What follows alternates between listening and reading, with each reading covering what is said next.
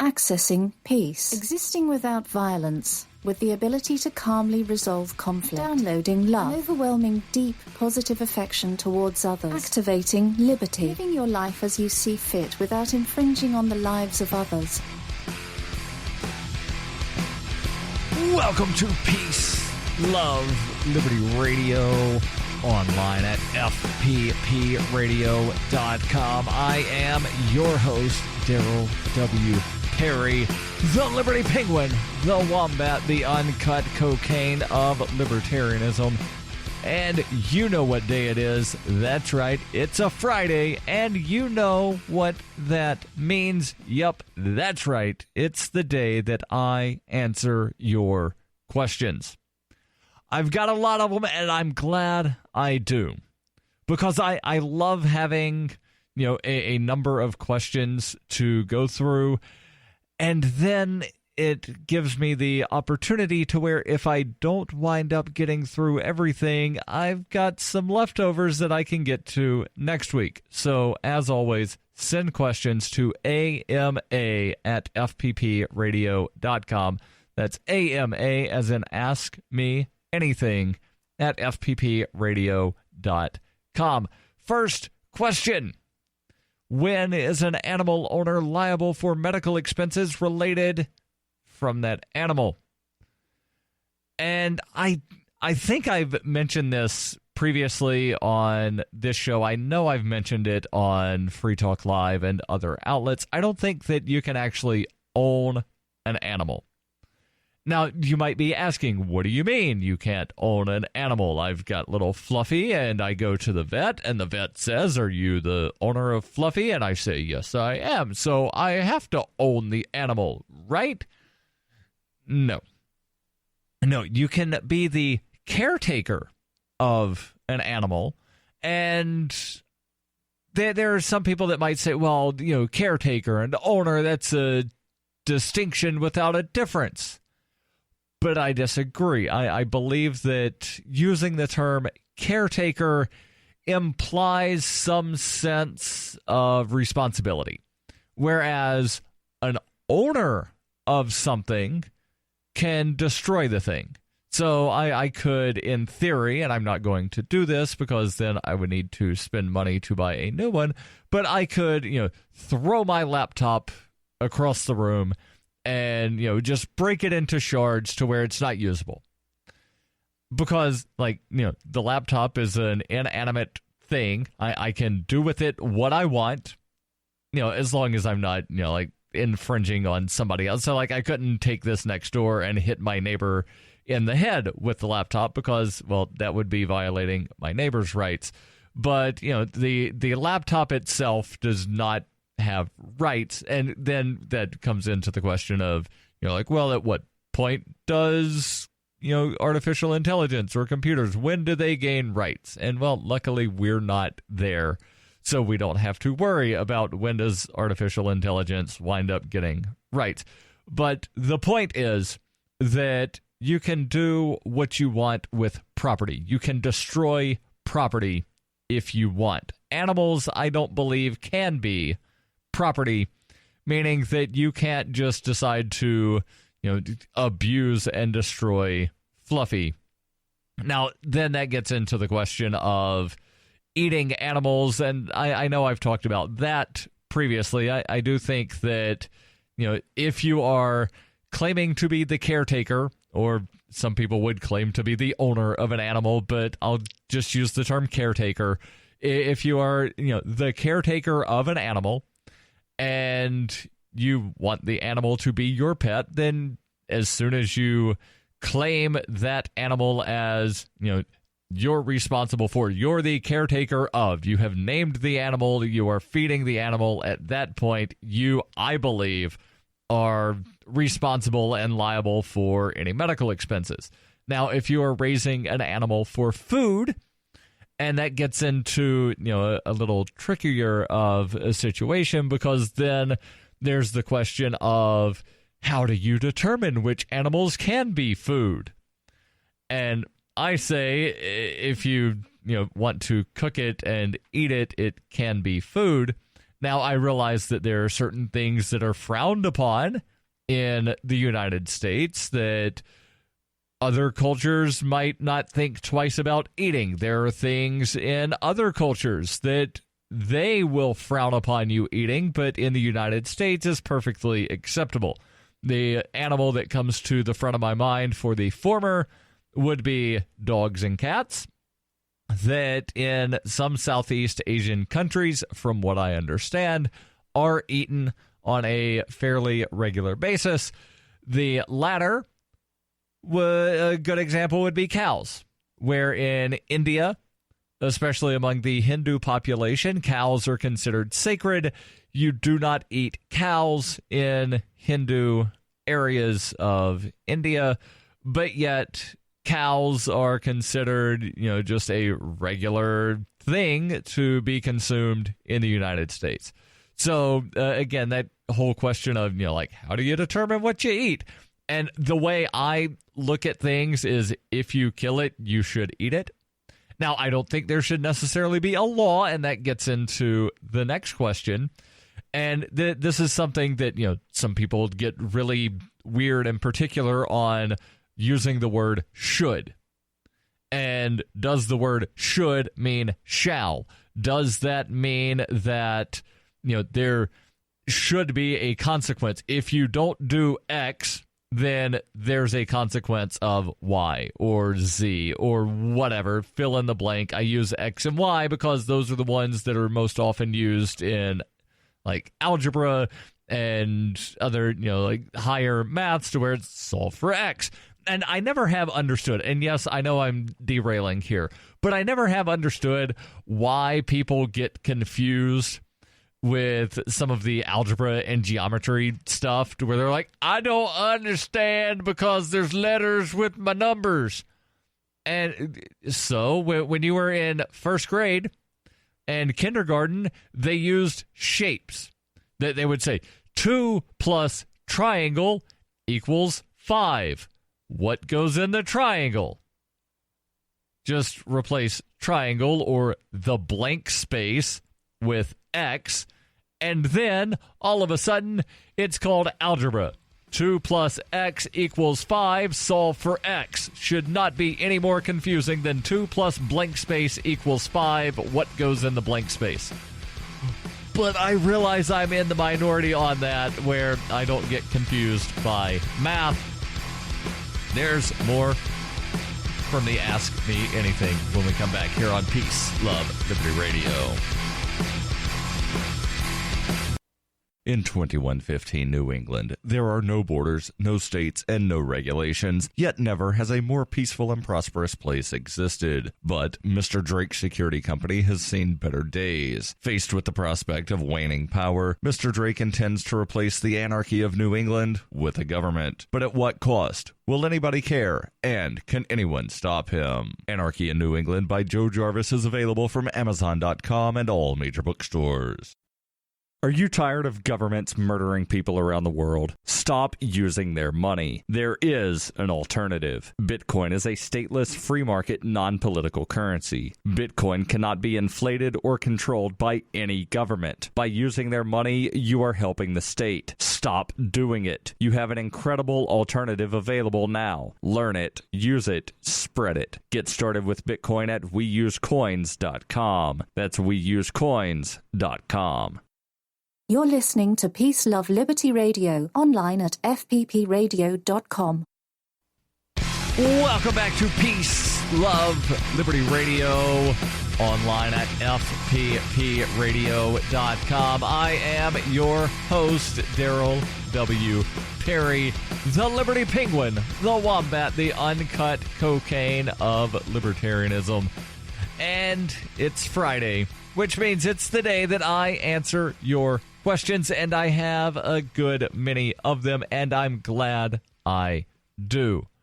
The next question, and this is a three-parter, and I love these multi-part questions because then it sort of allows me to sort of ramble and go off on more tangents than if it's just a one-parter. And I have to say that open-ended questions are also much better than yes/no questions.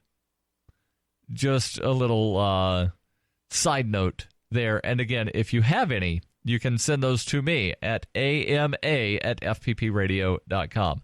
So send an email, ama@fppradio.com.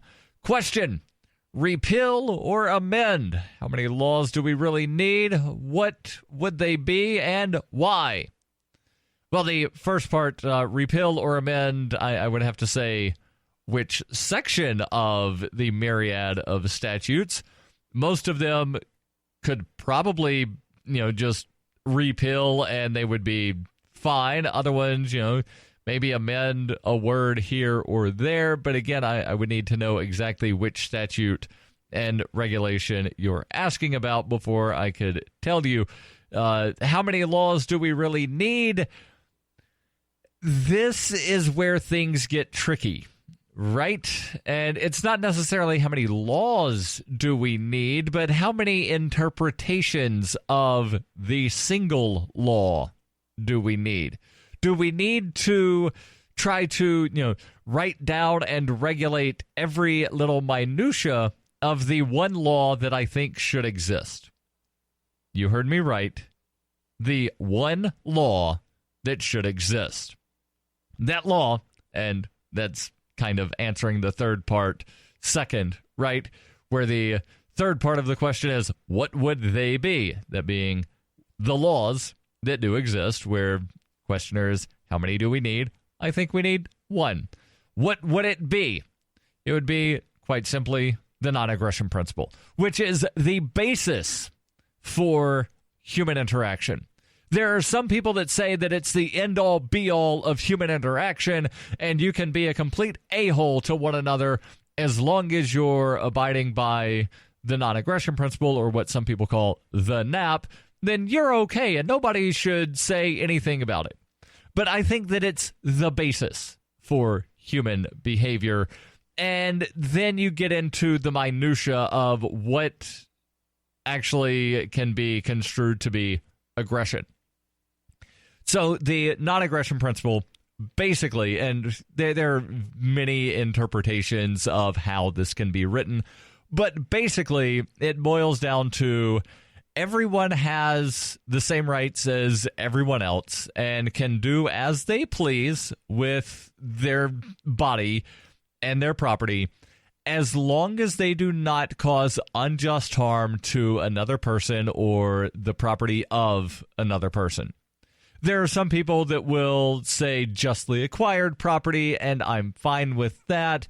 And there are other people that there's one iteration of the non-aggression principle that says it shall be lawful for anyone to do as they please, blah, blah, blah. But again, we're just, sort of splitting hairs over the actual way to say it. But that should be the law that exists. And that covers, the non-aggression principle covers theft. Don't steal from other people, because then you are causing unjust harm to another person or their property. Don't assault people, because then you're causing unjust harm to another person or their property. Don't vandalize other people's stuff. Don't murder anybody, because murder definitely violates the equal rights and equal liberty of another person by, shortening their life, which, harms another person. And those are the spots where people can basically agree about what the non-aggression principle actually is, right? So people generally agree that theft violates the non-aggression principle. Now, there's minutia about whether or not the property being taken was justly acquired, and then there's various interpretations on how much force and what kind of force can be used to retrieve stolen property. And I disagree that it is moral and ethical to wind up killing someone who steals a paperclip from you. I disagree that murder is the appropriate response, or attempted murder is the appropriate response if someone trespasses onto your flower bed. So let's just give an example here to where somebody's walking down the sidewalk, and let's just say that there's a puddle of water in the sidewalk. And that happens where I live, to where, we get a lot of snow. Sidewalks aren't completely flat all the time. Snow starts to melt, puddle of water. So somebody's walking down the sidewalk, puddle of water, big ice pile on the left side between them and the road, and there's your flower bed on the right side of the sidewalk. And, well, instead of stepping in this, 4 inches of water, step in your flower bed. The appropriate response is not to kill the person that stepped on your flower bed, even though technically they trespassed on your property. And so this comes down, again, into the weird sort of interpretation area of the non-aggression principle and how should one respond to acts of aggression. But, again, the question was, how many laws should there be? What should they be? And, again, the answer is there should be the one law, the non-aggression principle. But then how do you wind up interpreting all of that? And I don't think that you should try to write down into some form of, like a book of statutes every little circumstance that could come up, because then you wind up micromanaging human existence and trying to centrally plan a free society. And I don't think that you can do that. You cannot rightly centrally plan liberty, because central planning is antithetical to human freedom. Stay tuned. There's more here on Peace, Love, Liberty Radio, online at fppradio.com.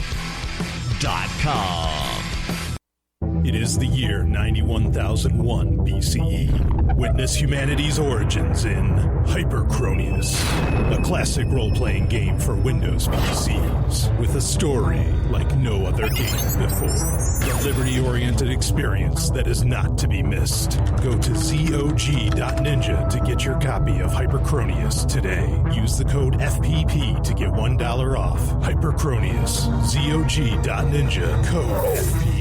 You can support FPP Radio by joining the Fans program. Fans are friends, allies, and numerary supporters. Fans help FPP afford to produce more original content. You can join the Fans program for as little as $3 per month through Patreon and get perks like ad-free versions of FPP Radio News and Peace, Love, Liberty Radio. To learn more or to join the Fans program, visit fans.fppradio.com. That's fans.fppradio.com. Hi, I'm Nick Hazelton from the Anarcho-Yakutalism podcast, and you're listening to Peace, Love, Liberty Radio. Hey, welcome back to Peace, Love, Liberty Radio, online at fppradio.com. I am your host, Darryl W. Perry, the Liberty Penguin, the Wombat, the uncut cocaine of libertarianism. We'll get back into the questions here in just a second, but first I want to make sure that I tell you about Roberts & Roberts Brokerage. Since 1977, Roberts & Roberts Brokerage has been a trusted source for buying and selling precious metals like gold and silver. They take Bitcoin for precious metal purchases, and they're actually Bitcoin preferred. What do I mean by that? Well, they've removed the minimum purchase amount for all orders paid in the digital currency. So call Roberts & Roberts Brokerage today for knowledgeable advice on buying and selling precious metals and a forward-thinking approach to new technologies. 800-874-9760. That's 800-874-9760. Or visit them online at rrbi.co. That's rrbi.co. Back into the questions. And this is one that I may have hinted, hey, somebody please ask me this question. And you know what? Somebody did. Somebody asked me the question that I asked for a reminder on Monday. Is a Snuggie an article of clothing? And you know how I said that open-ended questions are better than yes-no questions? Well, this, very briefly, one-word answer, no. Now, how do we know this, and why do we know this, are questions that were not asked, but they're questions that I will answer. Because that's what I do. I take simple questions, and then I make them complex, and then I give you information that you probably did not know that you needed to know. The article from Heat Street, dated February 17th, so last Friday. Believe it or not, it took a U.S. court to determine whether a Snuggie counts as a blanket or an article of clothing. Why does a court care? The simple answer, and this is really the underlying answer to a lot of the things that courts wind up deciding, and it's also the underlying reason that a lot of free markets, some people refer to them as black markets, I prefer to think of them as freed markets. It's the reason they exist. It's the reason that brandy exists. Not brandy as in a girl named Brandy, but brandy, the alcohol, the reason it exists. Taxes. That's right, taxation. That form of theft that is legal when governments do it is the reason that a court had to determine whether or not a Snuggie, also called the WTF blanket, and if you've not seen that video on YouTube, absolutely hilarious. You should pull it up, but be warned that the language might not be appropriate for certain situations. But it's the reason that a court had to determine that, yes, a Snuggie is a blanket. Taxation. Blankets, you see, face an import duty of just 8.5% compared to the much higher rate of 14.9% for clothing.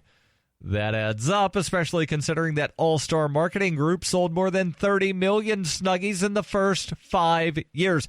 You heard that right. 30 million WTF blankets, also called Snuggies, sold in the first 5 years, meaning that All-Star Marketing Group, just from the sale of Snuggie, earned an amount of money matching the GDP of Samoa. As this delightful U.S. Court of International Trade ruling notes, quote, the key inquiry is whether the addition of sleeves transforms what may have been a blanket into something that is not a blanket. The federal government wanted to classify Snuggies as an article of clothing because of the aforementioned sleeves. And I'll post the 32-page ruling. Yes, you heard that right. A 32-page ruling from the U.S. Court of International Trade. I'll post that link in the show notes. You can read it at your leisure if you so choose. And it's a lot more interesting than you might realize. The article from Heat Street continues. The federal government, again, wanted to classify Snuggies as clothing, categorizing them alongside swimsuits and leotards.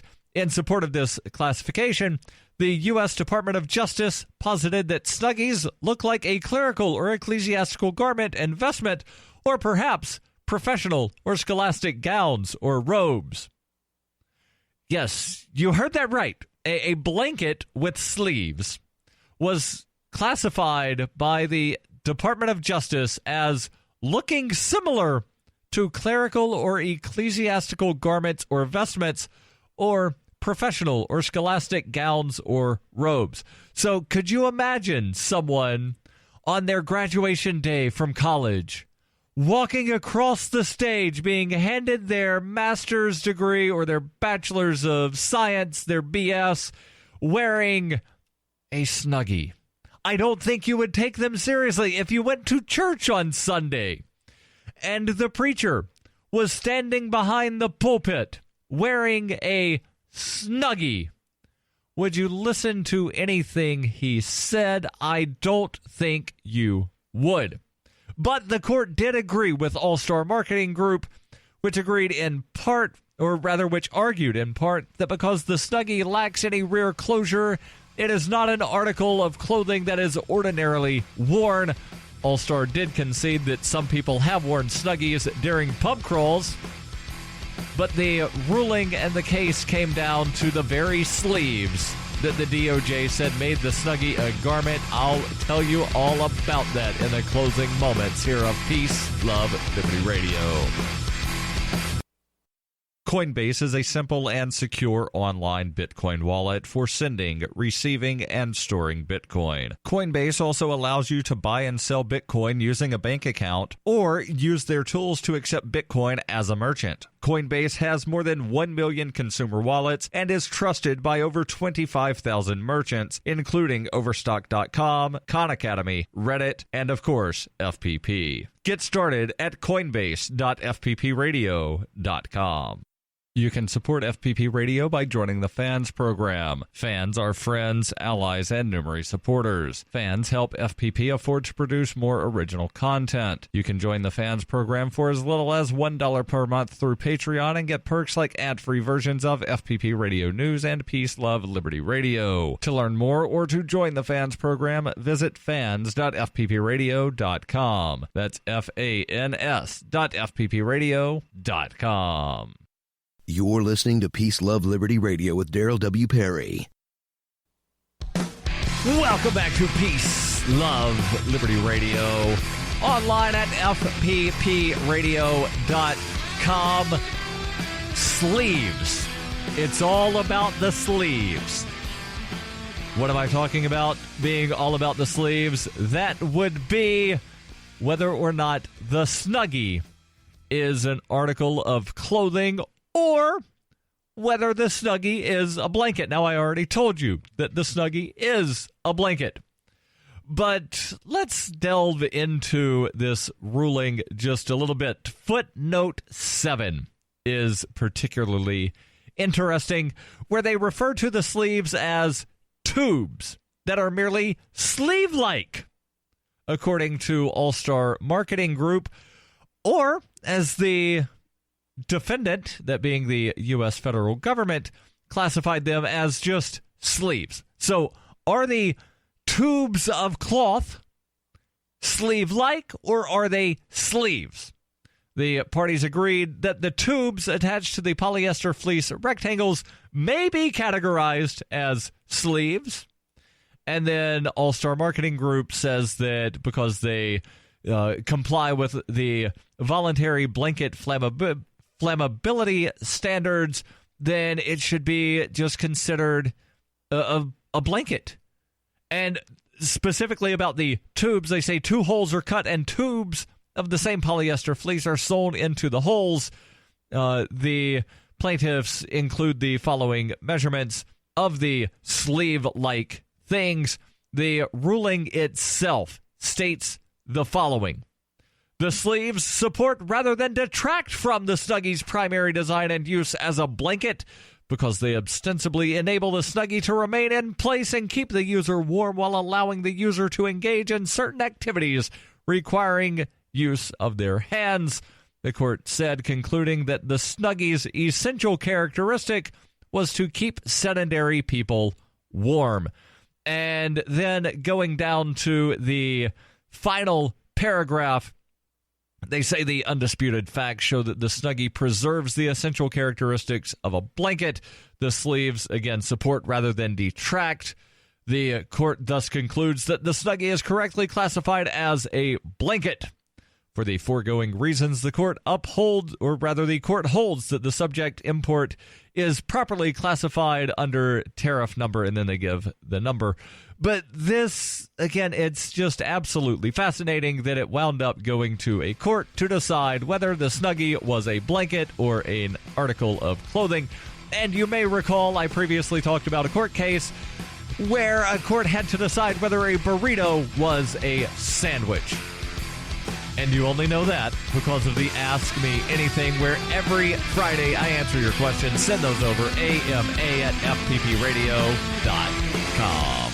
The podcasts of FPP Radio are licensed under Copy Heart. We believe that copying is a form of flattery and do not abide by the copyright laws. Those laws serve to restrict the flow of ideas which no one can really own. Copying is an act of love. Love is not subject to law. If you enjoy the show, consider joining the Fans program and get perks like ad-free versions of Peace, Love, Liberty Radio and FPP Radio News, and also get a copy of the monthly newspaper FPP News. To learn more or to join the Fans program, visit fans.fppradio.com.